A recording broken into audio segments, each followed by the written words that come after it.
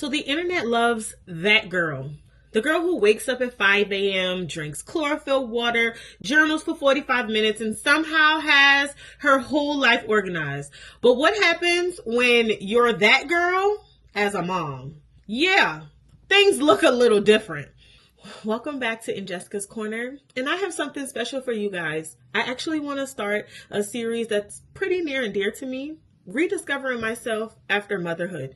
It's been quite a journey, and I honestly feel like it's something that I need to share, not just for myself, but because I feel like my journey through this process could definitely help and save so many new moms or existing moms get back to who they really are and truly understand how to care and love on themselves. Now, as we're doing this, I am getting ready for a road trip in a few hours. And if you know anything about caring for yourself, then you know learning to do those lash clusters at home is literally a slither of self-care that I don't think many understand, because there is just something about enhancing your lashes that turns you into that girl. So the original that girl wakes up peacefully for a sunrise alarm, but I wake up like this. Step one of my version of that girl routine is keeping things simple. We're not doing a 15-step routine. We're doing 3 steps, and we're going to make it feel as human as possible. And while some might do a green smoothie, I do whatever I can put my hands on to make me feel fulfilled until it's time to eat again. And now, the part every mom forgets. Self-care. Being that girl isn't about perfection. It's about finding your pace, your peace, your small moment. If you're in the same season, if you've been in the same season previously, or maybe you're a new mom preparing for little baby and you want to make sure that you're uber prepared for this next season of life, make sure you subscribe so that you can enjoy how I work through this process, but also hopefully it can influence how you get through it as well. When I became a mom, everything changed. I mean, everything. So I went from being an extremely independent individual to someone who had to depend on other people almost immediately because I had an emergency C-section. And even after that, like, my normal routines kind of changed. I was easily a morning person, and I'll be honest, those first 6 weeks really messed me up because I feel like I became the least likely to want to be up with the sun in the morning. And I struggled with that for a while. I also struggled with like what it looked like to truly be active and present for myself in that time, because I didn't really feel like I had the time to deal with any of it. I was literally just so focused on how to keep this baby alive. What does this baby need? What does this really mean? And I feel like those first couple of weeks are so like life-changing, because you get to a point where you're like, oh my God, this is my responsibility. I'm responsible to keep this human safe and secure and alive and breathing consistently. During all of those rapid changes, I realized that I'm going to have to put myself on the back burner for quite some time before I can really get to a place where I'm able to manage all of these different steps in the process. And that was a harsh reality for me personally.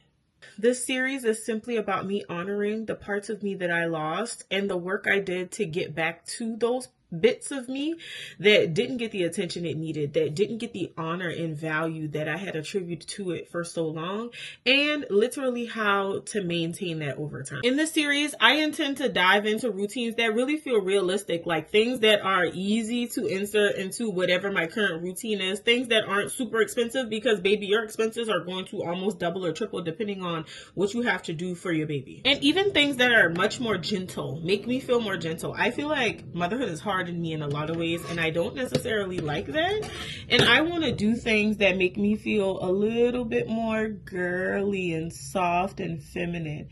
And I do think that that also has a lot to do with the fact that I'm raising a daughter and that I don't really care for her to be so rough, and she is a rough one right now. So I know that like that has a lot to do with this as well. As moms, we actually deserve to be treated to be valued at a higher level than we probably even grant ourselves. And also, we deserve the opportunity to be considered the queen on her throne, the center of attention, even if it's just for 5 minutes of our day. We're talking things like wardrobe capsules. We're even talking about those easy mom outfits, those 2-piece sets that y'all know I love and adore, and any way that we can take the opportunity to elevate our look overall. Because listen, Miss Mamas was definitely a little fashionista at one point, and then I became a mama, and if it wasn't a simple 2-piece set that I could just throw on and get out the door, I wasn't interested. And I went through the phase where like everything was super big on me, so then I didn't really like how my clothes looked. And now, if I'm being honest, mama got her groove back, and baby, I gotta turn it down a little bit because I want to be sexy more than I just want to be regular and casual. You catching my drift? I'll also be sharing my version of like burnout and what that really looked like for me. And it has a lot to do with the fact that like I was like single parenting during the week early on in motherhood. And I think that that had a lot to do with like how and why my experience was the way it was so early. I feel like a lot of moms don't experience like the level of get it done by yourself that I do so early in the process. And if I'm being completely honest, I'm still working on the burnout crash out era of motherhood. It has gotten a lot better when it comes to like my husband's schedule and the fact that like he is home during the week now, and that is so amazing.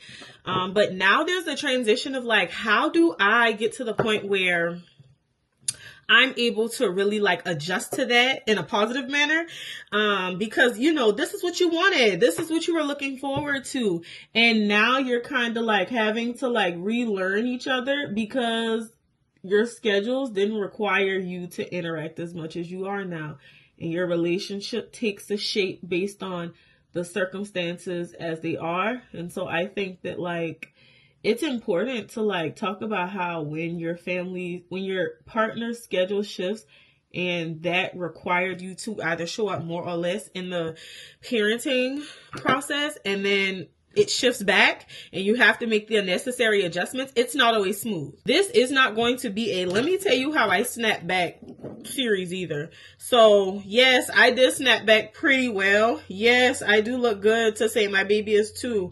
Yes, I did look good even when my baby was 1. But that was never necessarily the focal point of anything that I was doing when it came to wellness. Wellness for me was more about, let me make sure I'm eating 3 meals a day.